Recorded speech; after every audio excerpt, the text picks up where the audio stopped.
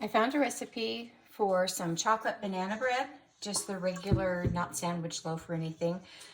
So I'm going to give it a try today.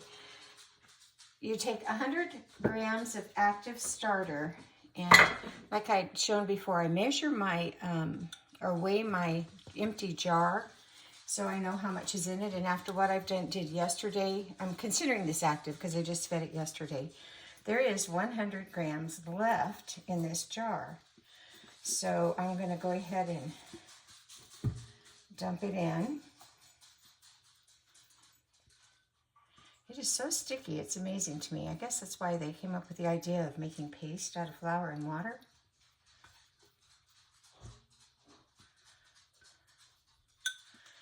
Because it surely will glue things together. I have another question too. People have asked, how do you dispose of your sourdough discard? I don't discard mine, but it could just go down the drain if you dilute it with enough water, can't you? I just thought that was interesting where people were asking if it was okay to put down the drain.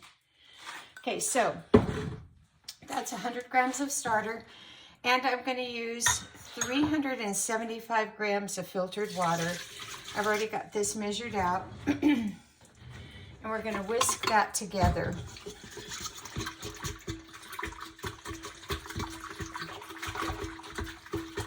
And after that, I'm going to add 500 grams of unbleached flour.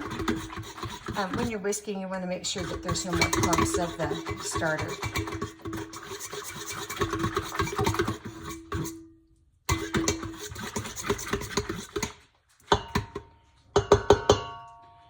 So 500 grams of unbleached bread flour, which I don't have, so I'm just using unbleached all-purpose flour.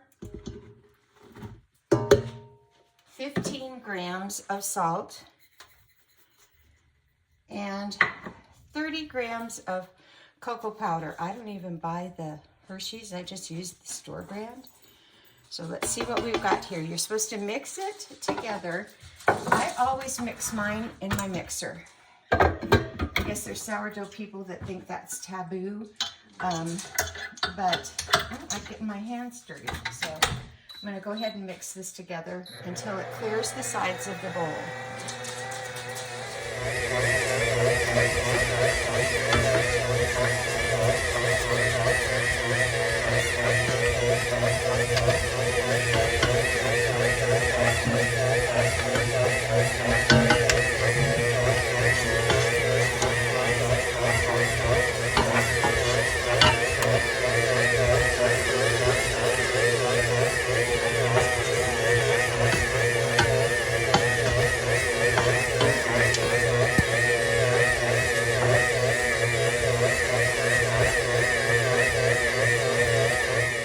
Looks good to me, and then you're going to put it into a vessel that it can rise, and you can do your stretch and folds. I have this one, I don't know if it's Pyrex or what it is, that I got at a thrift store actually.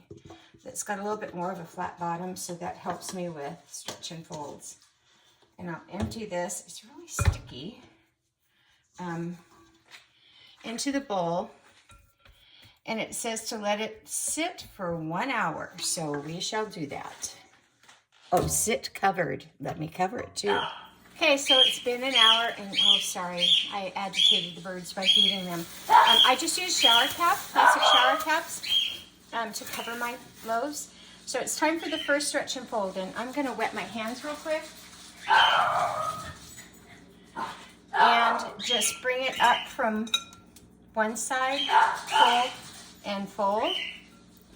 Turn it a quarter of the way, bring it up from one side, get all the way down to the bottom, pull, and try not to have it break, just have it stretch. So this is the third side. And the last side.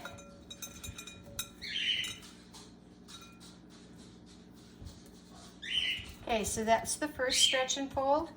I'm going to cover it again, wait 30 minutes, and do another. Okay, we're doing stretch and fold number 2. This is what it looks like now.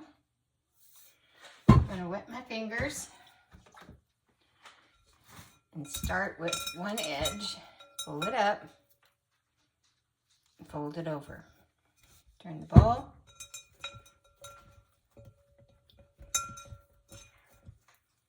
Pull it up, fold it over. Quarter turn.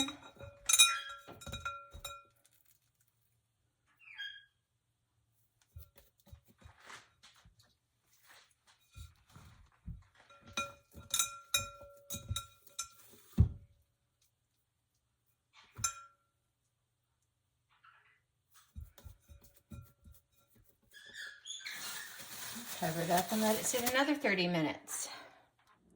Okay, so here we are with stretch and fold number 3.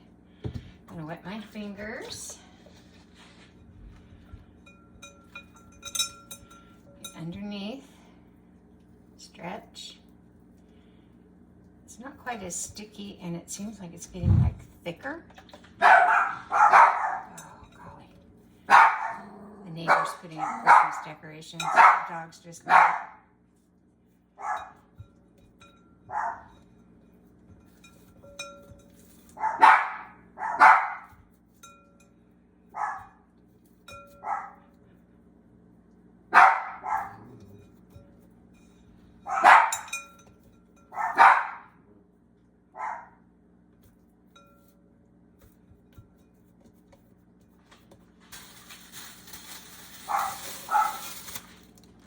One more to go. And here's stretch and fold number 4. You can see what it looks like. It's risen some. It's a little bit, I guess the gluten builds up, so it's a little stiffer.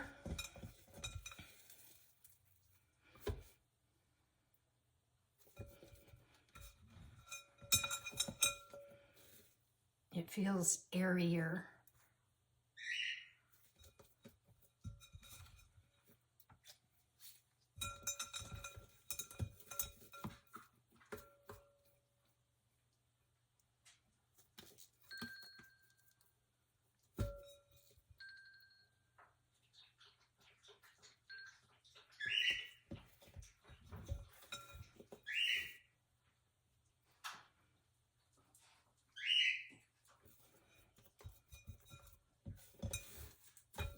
Okay, so I'm going to turn it so that the smooth side is up.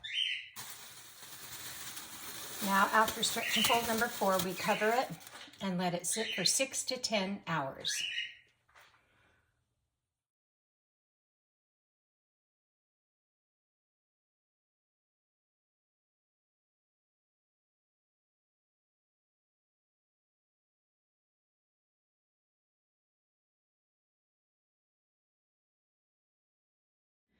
Okay, I got busy, ended up taking my daughter to see Wicked, and just FYI, it's 2 hours and 40 minutes long. So it's been about 8 hours.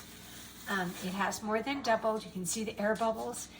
It's like Jello jiggly, so that's kind of cool. That's what it should be doing. So the next thing I need to do is just gently dump it out onto a surface, and I'm going to make it into a rectangle, and I'm going to put some chocolate chips in it, and then we're going to put it in a banneton and put it in the refrigerator overnight. Okay, so I'm kind of impressed with all the bubbles and everything that it's done. So I'm just going to turn it out onto a silicone mat. It's still probably going to be sticky. I don't want to degas it very much, so let's see how this goes.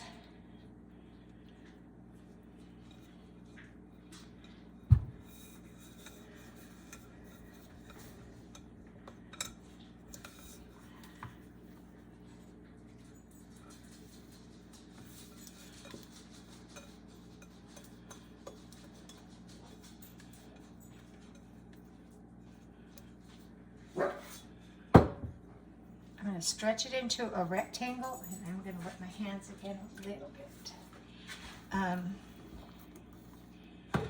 Try not to flatten it out too much. I don't have my stationary things on my mat and it's moving.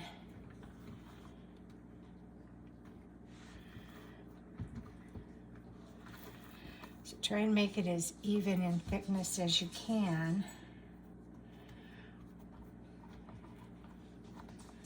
I'm going to put some, I realize since it doesn't have any sugar in it at all, I'm going to use just regular milk chocolate chips. So I'm going to sprinkle some down the middle.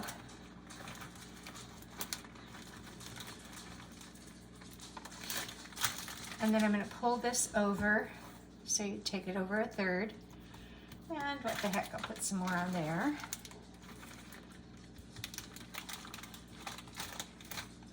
And then pull this up and over to cover those.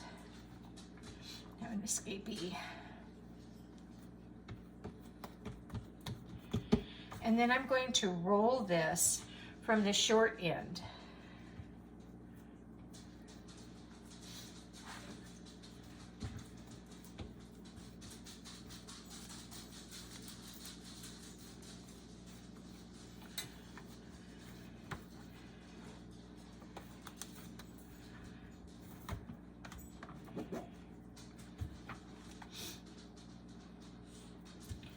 And then tut and drag to get all of the end parts put under and to make it really tight on the top.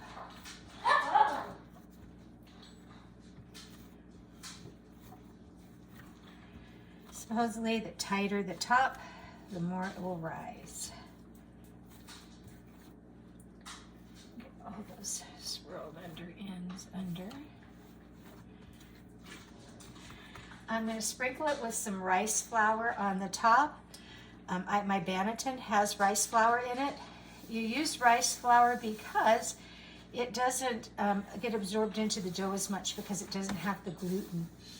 So I have a straw banneton. I mixed it with water and then I put rice flour in it. So I'm going to turn this into the banneton. And you can see there's some open areas there. I'm going to see how they are once it looks like it'll be okay. And then I just kind of paranoid to keep it from sticking. I do sprinkle a little bit more rice flour around the edges. And a little on top so that it won't stick to the shower cap. These are just, I bought them like 50 for $5 or something. So I'm gonna cover that up and I'm gonna set this in the refrigerator overnight. It said 6 to 10 hours. So you can see where it's at now. Let me take this off. It will continue to rise some. You can see about 3 or 4 rings above it, but it will rise some more in the cold proofing in the refrigerator. I need to make a correction. I wondered why I had a damp towel on the counter.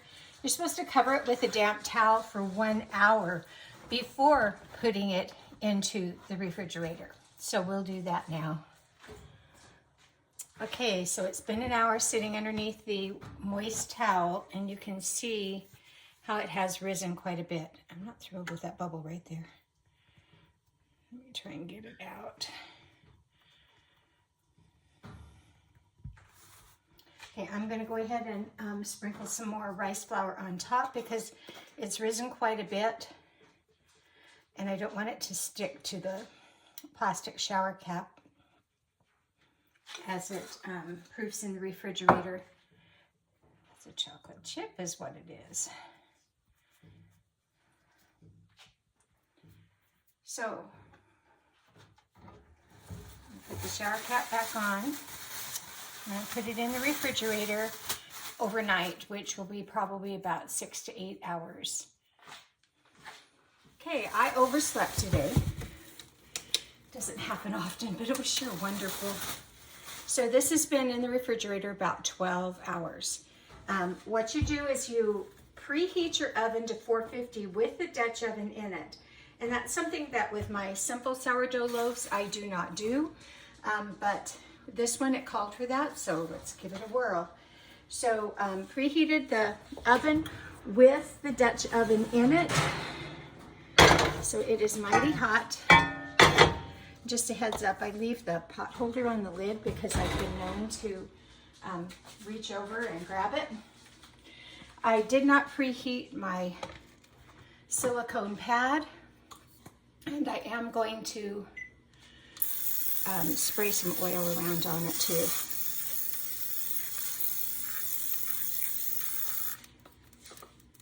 Ooh, it's sizzling. So you turn this out and place it into the Dutch oven. And I kind of smooth out the top of it. I'm going to use scissors this time to score it. So I'm going to put the lid back on. It's going into a 450 degree oven for 30 to 35 minutes. It's been 35 minutes. So let's see what we've got.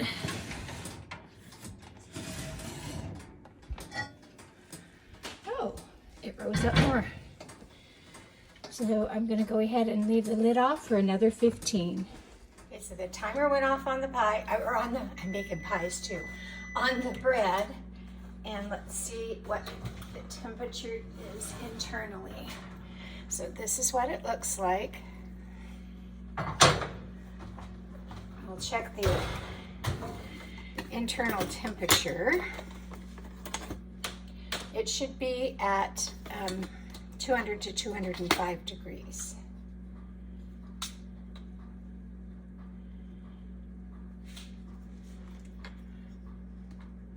You probably can't see that. It's 170, 80, 189, 190, 193, 194, 195.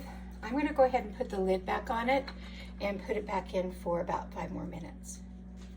Timer's gone off. Let's see what it looks like.